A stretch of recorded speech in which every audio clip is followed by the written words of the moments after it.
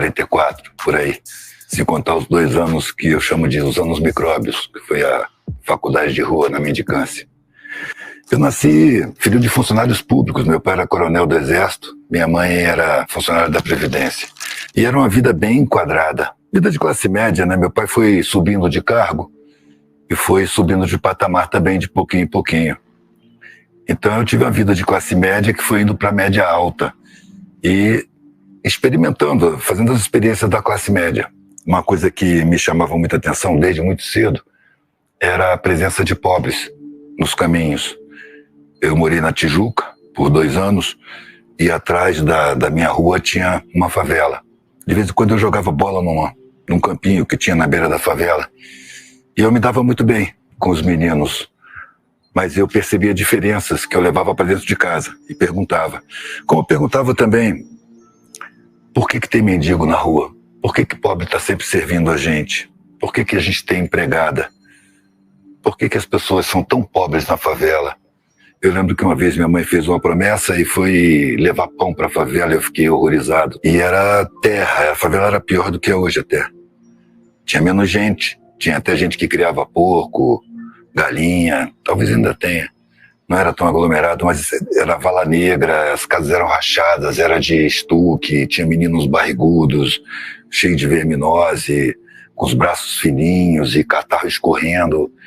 E eu me lembro de ter olhado no olho de um menino da minha idade e sair dali perturbado, perguntando para minha mãe. Mas logo eu percebi que os adultos não gostavam desse tipo de questão, né? Dão aquelas respostas que não respondem.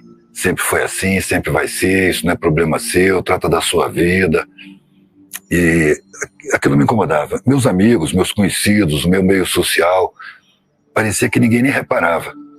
Mas eu prestava atenção e eu sentia que isso me tornava um pouco esquisito. Então eu evitava falar, mas nunca deixava de prestar atenção. Uma vez eu perguntei para minha mãe, por que eles não têm uma vida assim que nem a nossa? E ela me acusou de estar desrespeitando meu pai, desprezando meu pai, que se esforçava muito para me dar aquele patamar de vida e tal. Ou seja, era para não perguntar. Muito mais tarde eu soube que minha mãe, quando eu era criança, via a preocupação do meu pai, que ele falava que eu era um prato feito para os comunistas, com essa preocupação com os pobres. Na verdade, minha preocupação não é com os pobres, é com a pobreza, é com a sociedade, é com a injustiça. Antes era intuitivo, né? E eu fui tentando me enquadrar. Calei essas questões porque incomodavam, eu não queria incomodar, mas elas ficavam dentro de mim. Fiz um concurso do Banco do Brasil com 15 anos de idade e passei 10 meses e tive em 3 sessões, fui transferido 3 vezes e fui vendo os mais velhos e fui vendo como eu não queria ser, como eram os valores lá dentro, era só dinheiro, compra, patrimônio, carro, investimento e não me parecia suficiente para querer da vida. No dia que alguém falou comigo, você tá feito, cara, sua vida tá aqui dentro, você vai viver o resto da vida dentro do Banco do Brasil, eu pedi demissão. Foi a primeira vez que me chamaram de maluco. Aliás, demoraram para me dar demissão, porque o gerente achou que eu estava desequilibrado e me deu 15 dias. Eu passei os 15 dias em casa, brincando, andando de bicicleta, jogando bola, indo para a escola, e voltei. E quando eu voltei no subgerente e pedi de novo a demissão. Aí ele me deu mais uma semana. Falou, vou te dar mais uma semana para você ir no psiquiatra, agora vai mesmo, hein? Cheguei lá, ele olhou para mim, falou, Eduardo, o que você está fazendo aqui? Falei, não, eu vim pedir um atestado de sanidade mental. Falou, por quê? Falei, porque eu pedi demissão e o subgerente não está acreditando que eu estou bom da cabeça. Falou, por que você pediu demissão? Aí eu expliquei para ele que não fazia sentido, que eu queria alguma coisa a mais da vida, que o banco estava me deprimindo, que as pessoas tinham projetos que me pareciam sem sentido, tinham valores que me pareciam pequenos, interesses que não me interessavam. E ele falou assim, olha, tudo certo. Não estranhe que todo mundo vai achar que você é louco. Você está pensando fora do padrão. O que você quer de mim? Eu falei, um atestado de sanidade mental. Ele me deu o atestado. Eu voltei para o banco, entreguei para o gerente, pedi demissão. E ele ainda queria me dar mais uma licença. Falou, você ainda vai me agradecer. Seu futuro está aqui dentro. Aí eu olhei para ele, já estava cansado, queria que ele me largasse. Apontei para ele mesmo, falei assim, esse futuro aí, prefiro a morte. Aí ele entendeu e com raiva assinou minha demissão e fui embora. E eu comecei a pensar, o que eu ia fazer da vida? Eu estava com 15 anos. Eu ia pensando, angustiado, o que fazer para satisfazer a família, né? De repente me deu uma luz, eu vou ser militar, claro. Eu já estudei no colégio militar, eu vivo no meio militar, meu pai é militar, eu sou sócio do Clube Naval, do Clube da Aeronáutica, do Círculo Militar, eu convivo com famílias de militares, fiz o concurso e entrei. A família deu graças a Deus, meu pai deu graças a Deus, eu entrei. Só que eu estava só olhando lá dentro. O meu pai tinha uma ideia de exército que eu tive que constatar dentro do exército que estava equivocada. Porque logo nos primeiros dias eu recebi instruções que me deram o que pensar. Um tenente, por exemplo, me dizia que o exército sempre mandou e sempre vai mandar nessa espelunca. Eu achei estranho aquilo, essa espelunca era o Brasil e o exército sempre mandou e sempre vai mandar. Isso era em 1977, então ainda estava durante o período militar da ditadura, né? Mas uma coisa que eu achei estranho, né? Eu tenho que calar minhas questões, calar minha consciência para ter regalia. Parece um mercado de consciências, né? Se você vende sua consciência, você tem privilégios. Depois eu vi isso se aplicar em outras carreiras, em outras áreas da sociedade. E outra coisa que eu perguntei uma vez numa instrução é que era sobre a pátria, sobre patriotismo, né? E o cara falou sobre hinos, sobre a origem dos hinos, a origem dos símbolos, as cores da bandeira, os brasões e as coisas, símbolos. E eu perguntei, mas tenente, e o povo, onde é que entra? E ele fez uma cara aborrecida e falou, o povo é uma massa amorfa e acéfala que tem que ser controlada para não se tornar perigosa. Aí eu parei. Falei, aqui não é meu lugar, porque aqui é uma ferramenta de controle da população. Eu vou ser uma peça nessa engrenagem para controlar a população. A partir dali eu já não queria mais ficar. Ali o problema já era a família. Que todo mundo estava certo de que eu iria ser militar como meu pai. Está na carreira do pai dele, todo mundo já esperava, filho de peixe, peixinho é. E eu já sabia que eu não queria ser militar. E eu não tinha coragem de falar. E fui seguindo até adoecer. Eu sentia repulsa, comecei a reparar na hierarquia, comecei a perceber como as pessoas estavam ali coagidas. Aí tive uma doença que ninguém descobriu o que era, um caroço no pescoço, fiquei cego de um olho, só vendo nuances com o outro olho. Fiquei 3 meses na enfermaria, ninguém descobriu o que era. Aí minha mãe arrumou um outro médico, pelo INPS na época, um cara civil, vocacionado, dava para ver no olhar, que mandou eu sentar e começou a perguntar da minha vida. Eu falei que não queria seguir carreira militar e que estava lá dentro para não magoar a família. E ele fez algumas perguntas e concluiu simplesmente, isso aí é angústia. Você parou de metabolizar iodo. Aí pegou na prateleira um remedinho e falou, toma isso aqui de manhã, na hora do almoço e à noite. E não pensa no exército. Eu falei, tá legal. E uma semana estava bom. Tinha sumido todos os sintomas. E eu voltei pro quartel. Quando eu entrei no quartel, eu senti, eu vou adoecer de novo. Tive que afrontar o meu pai. Eu sabia que eu não tinha diálogo com ele a respeito de sociedade, eu não podia ser sincero muitas vezes com meus valores. Ele queria impor os dele, e ele não conseguiu me convencer. E foi esquisito ver aquele monte de medalha assim, o cara se emocionar, porque o filho ia sair do exército. O meu pai se aposentou e mudou para Vitória. Em Vitória eu tinha que fazer o cursinho pré-vestibular, né? O 3º ano em cursinho. E aí eles estavam com raiva de mim e me botaram no cursinho mais barato da cidade. Eu tinha nascido em Vitória e não conhecia. E aí nesse cursinho que eu fui entrar em contato com pessoas que vinham da escola pública. Eu nunca tinha convivido com estudantes da escola pública, eu sempre estudei em escola particular, escolas caras, né? Muito dispostos para aprontar, para brincar, o pessoal era valente, mas não sabia nada. Quando a gente fazia estudo em grupo, eu tinha que dar aula, os caras não sabiam. E eu não acreditava que eles não tiveram aquilo. Em alguma matéria assim, os caras, não, isso aqui ninguém ensinou pra gente. E eu dizia, não é possível, tá no currículo. Tem que ter ensinado, você não foi à aula, você estava matando a aula. E o cara, não ensinaram pra gente. E em outros estudos isso se repetia, e eu não acreditava, vocês estavam matando a aula. Um dia o cara me trouxe uma prova do 3º ano do ensino médio. Falou, olha aqui uma prova do 3º ano. Eu li a prova e achei que era brincadeira. Comecei a conviver mais nos bairros pobres. E comecei a perceber que a relação entre os mais pobres era uma relação mais espontânea, parecia uma relação mais próxima, mais afetiva, mais transparente. Além do mais, eu via problemas que apavoravam as pessoas da minha classe, e as pessoas conviviam com esses problemas sem horror, sem terror, sem sofrimento, todo mundo resolvia problemas, tinha muita criatividade. Comecei a observar mais as pessoas pobres, mas num patamar de igual para igual. Quando eu ia fazer vestibular, uma semana antes, eu não tinha feito a inscrição ainda, e meu pai veio me perguntar, né? Falta uma semana para terminar as inscrições do vestibular e eu não sei para que você vai fazer. E eu timidamente esbocei, falando, eu pensei em fazer belas artes, foi um horror. Você é viado? Você é drogado? Você é vagabundo? Você não quer trabalhar?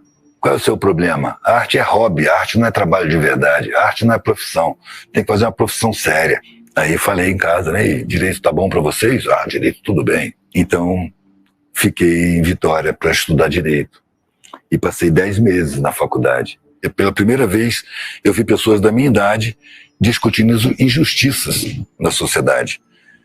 E como eu nunca tinha visto isso, eu achei que estava no meu lugar. É isso que eu quero, discutir as injustiças. Mas não demorou muito tempo para eu perceber que era só discussão, que havia várias correntes de pensamento, que os grupos ficavam brigando entre si dentro da universidade, enquanto que eu pegava a estrada, eu ia para o meio do mato, eu dormia no papelão, de vez em quando eu ficava num abrigo, numa periferia, numa casa pobre, num povoado, e convivia com os pobres bem de perto. E a turma de universitários não. Eles ficavam discutindo como conduzir as massas, cada um seguia um europeu. Aquilo não era uma luta social de verdade, aquilo era uma simulação universitária, que daí a pouco tempo todos aqueles caras iam estar com seus diplomas na mão e enquadrados em algum lugar da sociedade. E eu, no direito, rapidamente percebi que não era minha praia, né? Eu fui assistir um julgamento, não aguentei ver o que eu estava vendo, acabei preso por desacato ao juiz. Quer dizer, não era meu caminho não era por ali. Só que eu não sabia por onde eu iria, eu já tinha decepcionado a família fortemente quando eu saí do exército, eu não queria causar uma decepção maior ainda, eu estava intuindo que eu causaria essa decepção. E demorei ainda para sair da faculdade. Bom, aí foi um período de decisão, né? Eu acho que eu percebo que muita gente passa por essa fase. Eu tinha que decidir. Eu tinha expectativa familiar direta, tinha a expectativa familiar indireta, que eram os parentes, tinha a expectativa dos amigos, cada um na sua vida e com essa expectativa refletindo na minha vida também. E eu tinha que estar enquadrado. E eu já não queria mais me enquadrar. Eu achava que eu tinha muito privilégio, eu não queria estar entre os privilegiados, tinha muito pobre me servindo, eu ficava constrangido, eu me sentia destacado do meu meio, porque as pessoas usufruíam do serviço dos pobres com naturalidade, eu ficava constrangido. Deve ter algum sentido na vida em algum lugar, isso eu já sentia desde o Banco do Brasil, deve ter algum sentido em algum lugar. Não é possível que seja só isso, manter patrimônio, a gente não vai morrer no fim, a gente vai passar umas décadas aqui e depois vai embora. Não é possível que o objetivo da vida é esse que me colocaram, né? Essa expectativa toda. Vou ter um emprego medíocre. No exército eu já percebi que para eu manter meus privilégios eu tenho que vender minha consciência. Depois eu percebi que na área jurídica é a mesma coisa, na área médica é a mesma coisa. Se você se apega na sua consciência, se aferra na consciência e não abre mão de 1 milímetro da sua consciência, você passa a ser discriminado, perseguido, às vezes traído, mal visto. E eu pensava que tinha algum sentido em algum lugar e eu não sabia qual era. E nenhum mais velho me indicava. Todos diziam que isso era coisa da idade, que isso ia passar. Bom, não passou até hoje, já passei de 60 anos, até hoje não passou. Chama-se inconformação com a estrutura social, com a realidade social, né? Com essa sociedade injusta que tem no seu patamar de importância o interesse econômico e não o ser humano, como deveria ser. Mas isso eu formulei depois, na época era só intuição.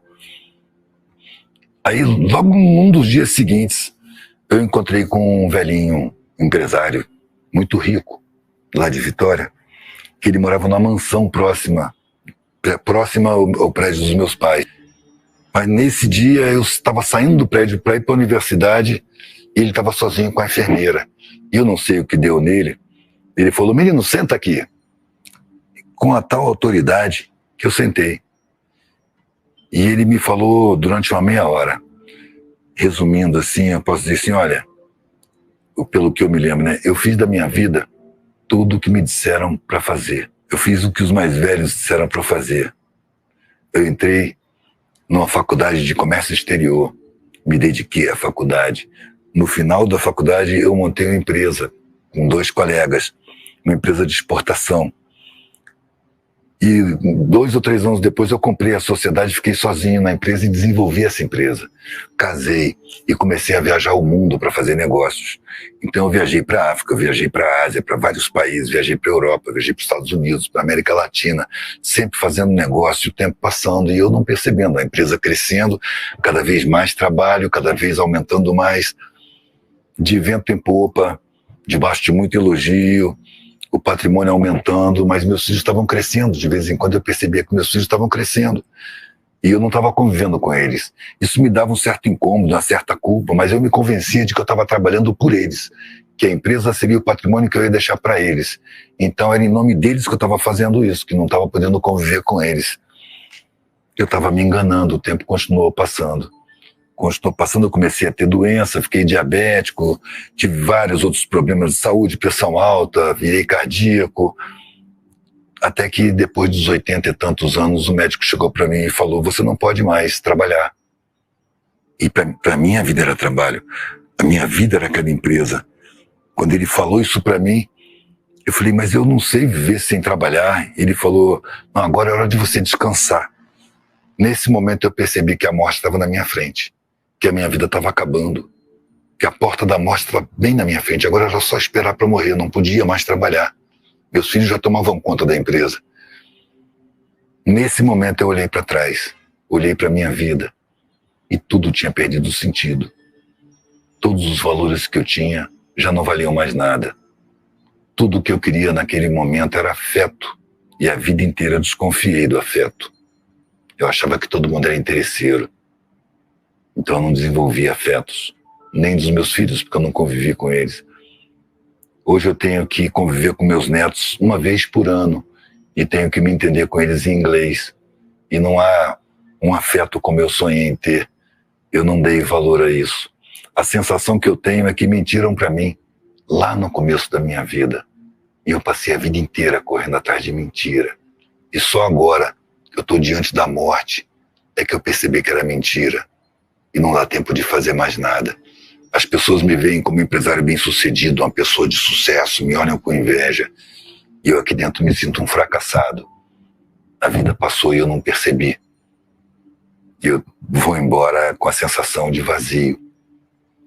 Cara, minha cabeça latejava, formigava. Eu saí de perto desse cara e fui para a faculdade. Quando eu levantei com uma frase repetida na minha cabeça, isso não vai acontecer comigo. Eu não chego na idade desse cara com esse sentimento. Eu morro antes, mas não chego na idade desse cara sentindo o que ele está sentindo. Aí eu estava indo para a universidade, fui. Só que eu não fui para a sala de aula. Eu fui para a secretaria e pedi meus documentos para ir embora. Eu já estava percebendo que quem tinha mais dinheiro era cercado de puxa-saco, cercado de falsidade, cercado de interesse, de gente bajulando. E isso me dava horror. Eu queria saber o que era a vida. Eu queria entender a língua dos mais pobres. Eu percebia que os mais pobres eram mais felizes, tinham menos medo. Então, foi o que eu disse ao meu pai. Eu quero experimentar o que é não ter nada por um tempo. Eu peguei meus documentos e levei para o meu pai, né? Como quem vai pagar uma dívida. Ele tinha se aposentado do Exército, mas estava trabalhando na Celsa, que é a subsidiária capixaba da Eletrobras. Passou lá 3 anos. Então eu esperei ele chegar do trabalho e coloquei na frente dele. E ele não entendia. E uma hora ele falou, você não tem ambição nenhuma. E eu disse, pelo contrário, eu tenho uma ambição desmedida. Ninguém pode imaginar o tamanho da minha ambição, porque dinheiro, conforto, consideração social, patrimônio, para mim é pouco. É pouco. E aí ele falou, afinal de contas, o que você quer da vida? E eu não tinha pensado nisso, mas respondi de bate-pronto, eu quero tudo que eu puder levar. Evidentemente nada concreto, né? E aí ele travou. Ele tomou um susto, ele não esperava essa resposta. Ele travou, pensou, baixou o tom e falou assim, você precisa de ajuda. Você não está bem. vai num psicólogo, você está desequilibrado. E eu falei, eu acho que eu não preciso de um psicólogo. Mas se você acha que eu preciso e vai pagar para eu ir, eu vou. Eu quero deixar claro que eu não estou aqui peitando, não estou aqui entrando em rota de confronto. Eu só quero dispor da minha vida para fazer o que minha consciência diz, o que meu sentimento diz. E aí fui no psicólogo. Que quando eu cheguei, ele já estava esperando um desequilibrado, né? Porque meus pais se contrataram. E aí eu sentei e ele falou, qual é o problema? Ele falou, não, o problema sou eu.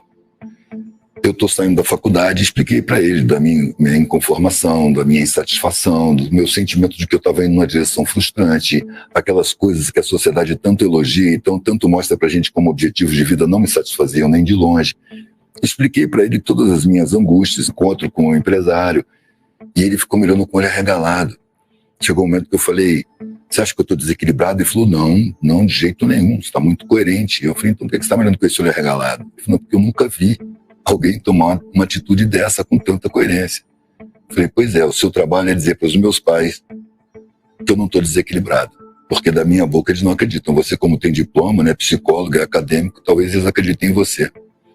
Engano meu, porque logo meus pais chegaram em casa dizendo que ele era um incompetente. E aí, num segundo passo, o meu pai me pediu para ir num psiquiatra. Eu falei, Eduardo, eu tenho um grande amigo meu que foi militar comigo, que hoje é psiquiatra, é diretor do Hospital Psiquiátrico de São Cristóvão, eu acho que você precisa ir nele. Você acha que eu tô doido, né? Eu falei, é. Aí eu fui no Rio, em São Cristóvão, fui no psiquiatra. Esse foi mais rápido do que o psicólogo. O psicólogo gastou 3 consultas para poder chegar à conclusão dele e meus pais chegarem às conclusões deles. Eu cheguei no Hospital de São Cristóvão, entrei, e a sala de espera era grande, cheia de gente, e gente realmente, visivelmente desequilibrada. Quando eu entrei, eu olhei em volta e falei, nossa, meus pais pensam que eu tô ruim mesmo. E aí eu fiquei ali em pé, nem sentei. Fiquei em pé, de braço cruzado, até passar uma enfermeira na direção da porta do doutor. Quando ela passou me olhando de uma forma estranha, assim. Claro, eu era o estranho ali, né? Ela passou, entrou, daqui a pouco ela abriu a porta e falou assim, você que é o filho do Marinho? Eu falei, sou. Entra aqui. Eu entrei. O psiquiatra, ele era um velhinho, de cabelo branco, todo arrepiado, eu gostei da imagem dele. E ele falou, senta aí. Qual é o problema? Eu falei, sou eu o problema. E expliquei. Logo ele me interrompeu e falou, não, já entendi. Olha, não espere que as pessoas pensem que você é são.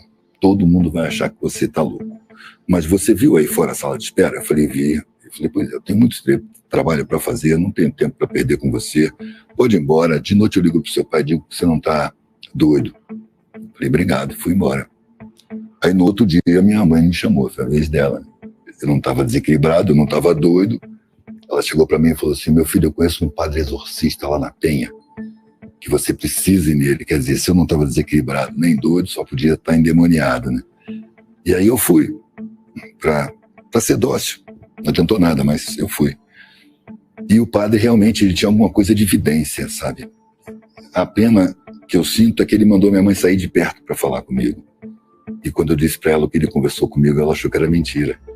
Ele disse que eu tinha uma vida muito difícil pela frente, mas uma vida muito bonita e que seria muito útil para as outras pessoas. Eu não entendi nada, mas achei ótimo. E aí saí dele, falei com a minha mãe, ela me chamou de mentiroso. E aí não teve jeito, eu fui para a estrada. A última frase que eu ouvi foi, você para nós é um filho morto. Não nos procure em nenhuma hipótese. Se você for preso, fique preso. Se você quebrar uma perna, fica no hospital público. Você não conta mais com família, você não tem mais família. Logo eu percebi que eu tinha uma família bem maior. Mas ali foi meio chocante para mim. Porque eu falei, eu não esperava perder o contato completo com vocês. Eu esperava me comunicar, mandar cartas, dizer o que estava acontecendo, contar minhas experiências. E meu pai falou, não, a gente não está interessado em saber nada de você. Se você sair por essa porta, você para nós vai ser um filho morto mesmo. E aí eu fui. Décadas depois que eu fui entender que isso tinha sua razão de ser. Porque eu passei por situações que se eu pudesse pedir socorro para alguém, eu teria pedido.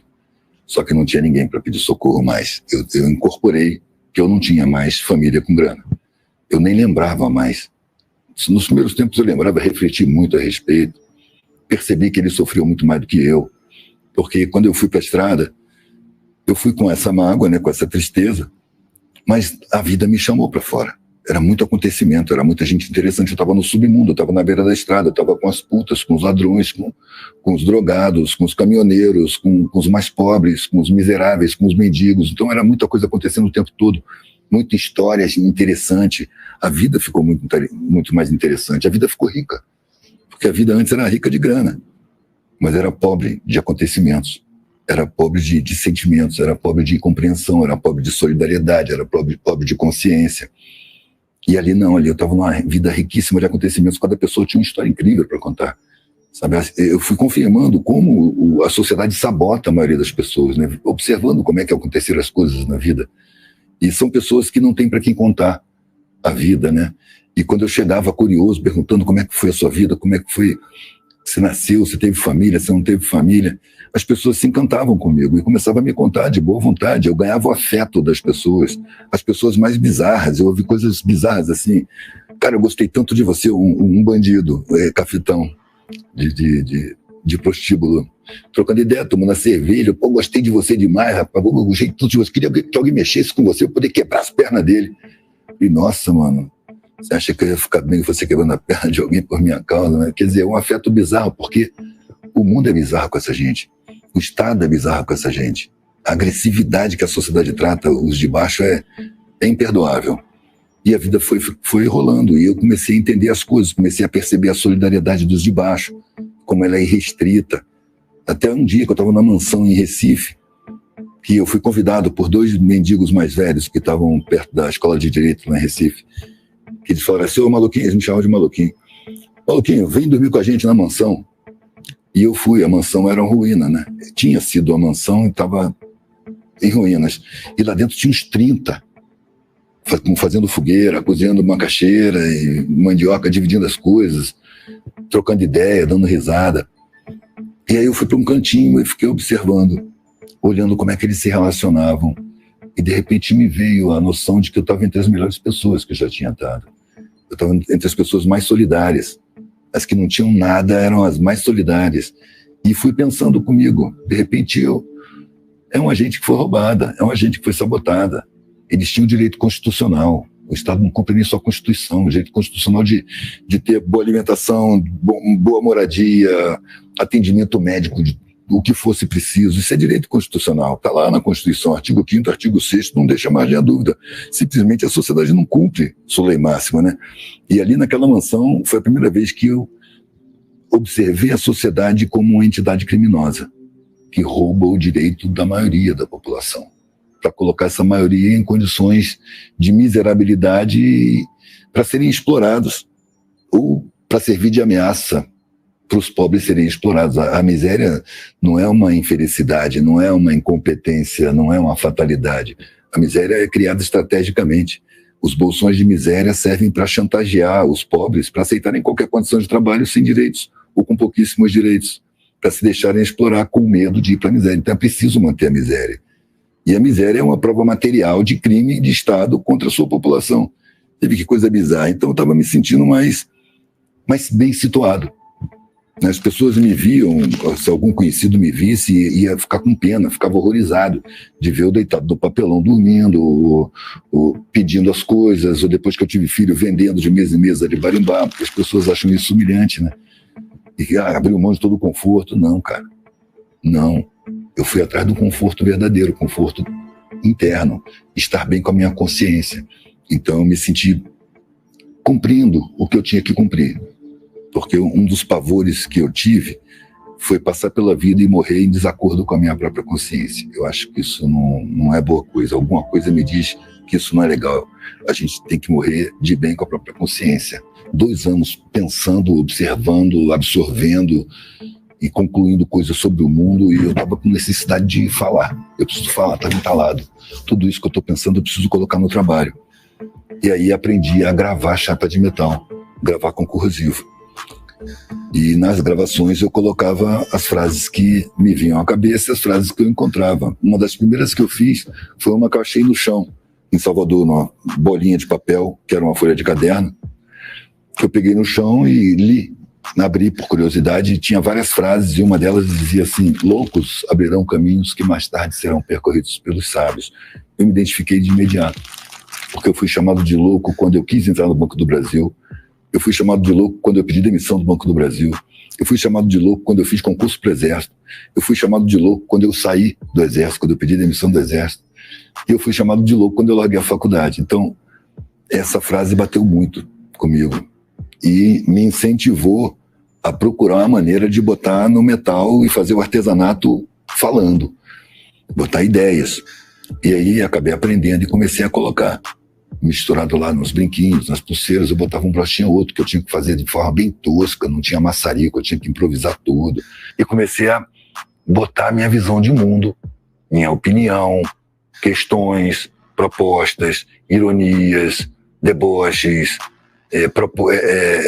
reflexões, tudo no trabalho, para dizer para o mundo o que eu estava sentindo.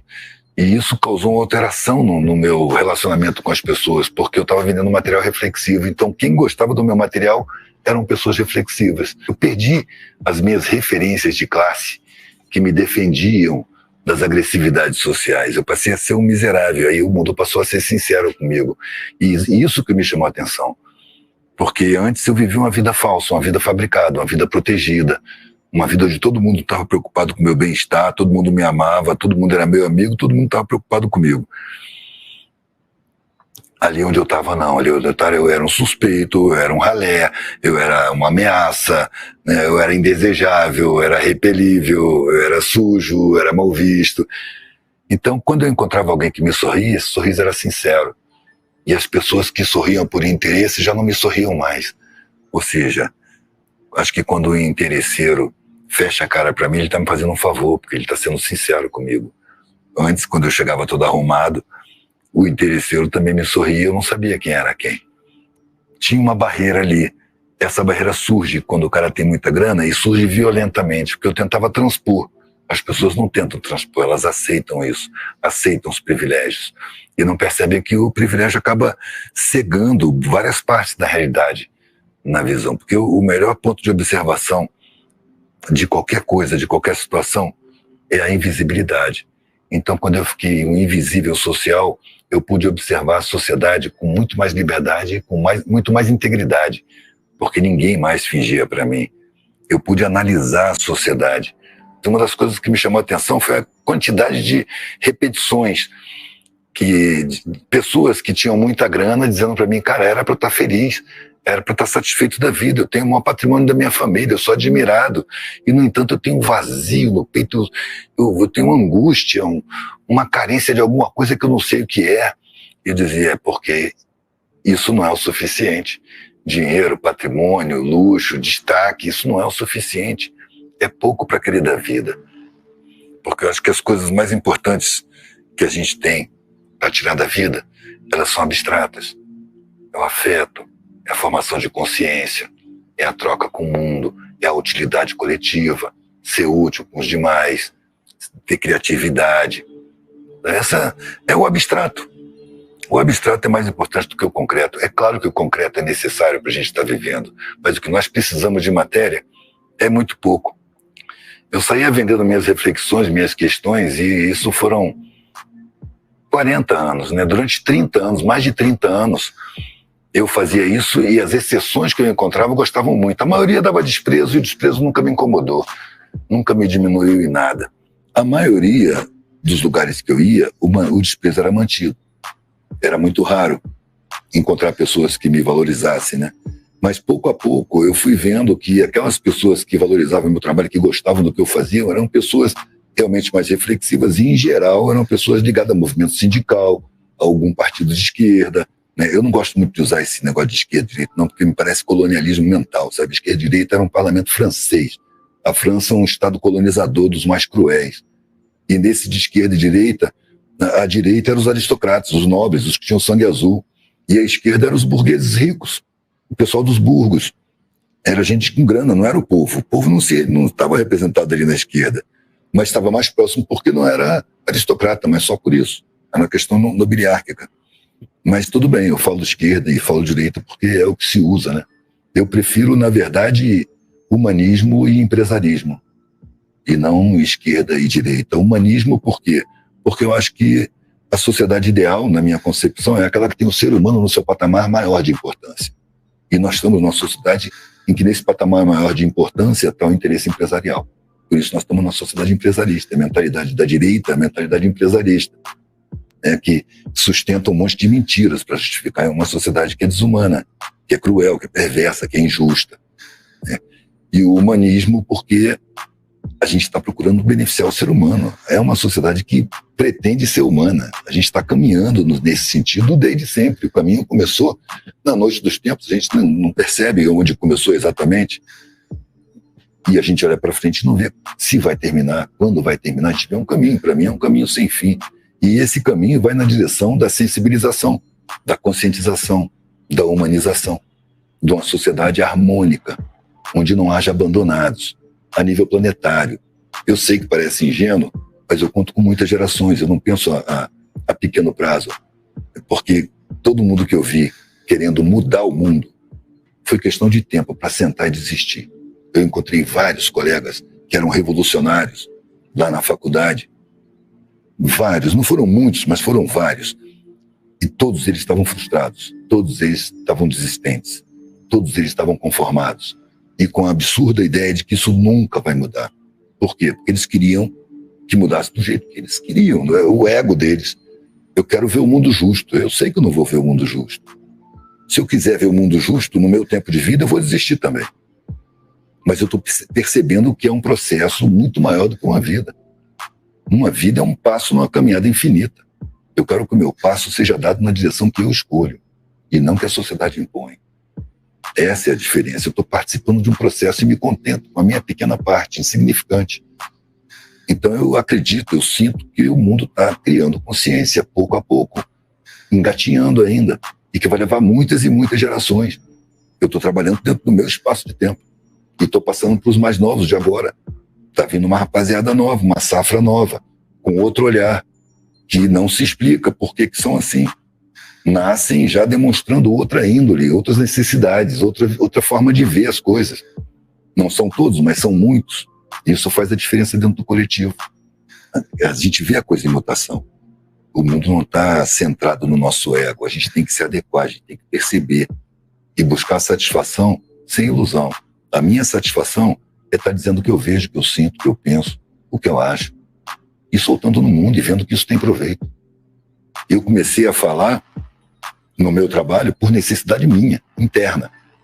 Passaram-se os anos, muitos anos, acho que uns 20 pelo menos, até eu encontrar uma pessoa em Saquarema que me reconheceu, olhou para o meu trabalho e olhou para mim e falou: cara, eu te conheço. Eu comprei um trabalho desse aqui lá em Salvador, tem uns 20 anos, cara. Você parou na mesa, trocou uma ideia com a gente, e depois daquele papo, que eu tomei um monte de decisões na minha vida, cara, e eu era doido para te encontrar, para te agradecer. Aí eu vi que o meu trabalho estava tendo uma função coletiva. Não era só para me satisfazer. Estava funcionando no meio da coletividade. Eu falei para ele: compadre, você usa o meu trabalho para refletir sobre a sua vida. Você toma decisões e melhora o seu nível de vida, a sua qualidade de vida, o seu sentimento em estar vivo. Ainda vem me agradecer. Eu que agradeço a você, mano. Isso dá sentido à minha vida. E é esse o sentido que a vida foi tomando, sem eu pretender, porque eu acharia que isso seria pretensão. Eu acho pretensioso dizer: não, eu quero conscientizar as pessoas. É pretensioso, eu me sentiria pretensioso porque seria como se eu julgasse que a minha consciência chegou no patamar máximo. Agora eu vou passar a ensinar os outros a se conscientizarem. Enquanto eu tenho noção de que a minha consciência está se desenvolvendo, não para de se desenvolver. Eu não vejo final. Eu posso compartilhar minhas reflexões, mas eu não tenho a pretensão de conscientizar outras pessoas, porque ninguém conscientiza ninguém. Você oferece oportunidade de reflexão. Quem toma consciência toma por iniciativa própria, porque quer, porque tem disposição para isso, tem humildade para reconhecer visões erradas, valores errados e reformular isso tudo. Por isso também que eu digo que humildade não é uma virtude. Humildade é uma ferramenta de trabalho, uma ferramenta de correção, de autocorreção. Você reconhece suas falhas para poder trabalhar nelas. Se você não reconhecer suas falhas, você permanece com elas. Então, a humildade te dá a condição de reconhecer suas falhas, de perceber que você erra. Todo mundo erra. Aqui nesse mundo é todo mundo errante. Então, não tem problema a gente errar, desde que a gente use o erro como aprendizado, para aprender. E quando eu entrei para expor, na primeira exposição coletiva, eu percebi que eu estava no meio que era o meio da minha infância. Aquele tipo de gente, aquele tipo de vocabulário, aqueles valores, aqueles comportamentos, eram os comportamentos que tinha na minha infância. Era a classe média alta, infância até a adolescência. E aí eu, na minha ingenuidade, pensei, não, agora eu tenho vivência para argumentar. Agora eu posso mostrar para essas pessoas que elas veem o mundo de forma equivocada. Porque lá na adolescência eu discutia, mas não tinha vivência. Então eu não tinha argumento. Eu intuía mais do que sabia. E ali eu já estava perto dos 40 anos, se é que já não tinha 40. E comecei a tentar explicar para as pessoas que o mundo não era assim como elas pensavam. E aí eu tive que dar de cara com a realidade de que ninguém alcança nenhuma explicação que não quer. Quando a pessoa não quer saber de uma realidade, quando ela nega essa realidade, se você tentar mostrar, você vai desequilibrar. A pessoa, ela vai ficar brava, ela vai brigar, ela vai te xingar. Tanto que a pergunta que eu mais ouvi em galeria, durante os 4 anos que eu expus em galeria, era: você é comunista? E eu ria, porque eu conheço comunistas nos sindicatos, na rapaziada revolucionária, eu conheço um monte de comunista. Comunista mesmo, de carteirinha, que lê Karl Marx, é devoto de São Marx. E aí eu falava, não sou comunista, eu conheço um monte de comunistas, e se você perguntar para qualquer um deles se eu sou comunista, eles vão dizer que não. E a pessoa cortava o papo. Não, isso aí é papo de comunista. E eu tive problema até com um dono de galeria, que eu não podia falar aquelas coisas pro seu fulano, que compra 100 mil de quadro. Ou seja, as pessoas adaptam a conversa ao agrado do endinheirado. E eu não sei fazer isso. Eu não quero desagradar, mas eu também não vou agradar hipocritamente. Eu não vou fingir. Se o assunto é comigo, eu olho pro cara no olho. Eu não sinto inferioridade. Nunca senti. Com todo o desprezo que passou na minha frente, eu nunca senti inferioridade, porque o desprezo vinha de mentalidades convencionais, a mentalidade que eu conhecia, então não podia me afetar em nada. Tanto que depois de mais de 30 anos, passando por essas experiências, eu estava expondo na rua, já desenhos, serigrafia em papel, que é o que eu faço até hoje, quando apareceu uma câmera para me filmar. Era um casal de estudantes, e não era um casal, né? Era um cara e uma mina.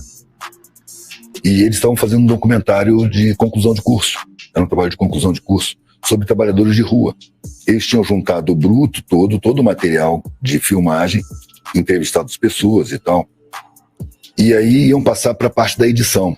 Então, quando eles terminaram a primeira etapa, eles resolveram comemorar e foram tomar uma cerveja lá em Santa Teresa. E eles estavam tomando cerveja quando me viram expondo à distância. Chegaram perto, ficaram curiosos, né? O cara expondo na rua e falando pra caramba, um monte de gente parando e conversando, trocando ideias, gesticulando. Eles chegaram perto para ver e gostaram do que viram. Me abordaram, falaram: a gente está fazendo um documentário, me explicaram isso tudo que eu falei aqui e perguntaram se podiam trazer a câmera para me entrevistar na sequência. Eu falei: claro, se é para tratar dos meus assuntos, está tranquilo, com câmera ou sem câmera, eu trato disso o tempo todo mesmo. E aí eles vieram e filmaram. Garantido para mim é a morte. Eu não quero ter vergonha na minha vida. Eu vou passar por aqui e vou sair. Eu não quero que minha vida seja usada para manutenção desse estado da sociedade. Eu não concordo com isso. Não sei o que eu vou fazer, mas sei o que eu não vou fazer. Eu não sabia o que era internet, não tinha computador, acho que eu não tinha nem celular. O primeiro celular foi minha filha, que morava nos Estados Unidos, que me deu. Achou um absurdo eu não ter um celular, me deu. Mas nessa época eu era totalmente analfabeto, né? Não que eu seja muito letrado em internet hoje, mas naquela época eu era completamente analfabeto. E aí os caras gravaram, botaram no YouTube, a coisa começou a voar, aí veio um outro cara com uma câmera, filmou e botou filósofo de rua. Eu estava já aparecendo nas redes, não estava nem sabendo. Comecei a encontrar gente que já tinha, eu vi você falando e tal. E dentro de onde eu tinha nascido, eu ia ter muito conforto, muita facilidade, ia ter muita regalia, mas não ia ter satisfação. Eu não ia estar satisfeito comigo mesmo, com a minha consciência. Porque eu tinha dentro de mim um sentimento muito forte de que a vida tem alguma coisa maior do que patrimônio, riqueza, estruturação externa. E era isso que eu queria buscar. E eu acabei encontrando sem querer. Porque não foi assim, achei o sentido da minha vida, não, simplesmente desapareceu aquele sentimento de falta de sentido. Desapareceu, porque a vida foi interessante, ficou cheia de riquezas, mas riquezas dessas que a gente pode distribuir, que não diminui. E é isso, o valor está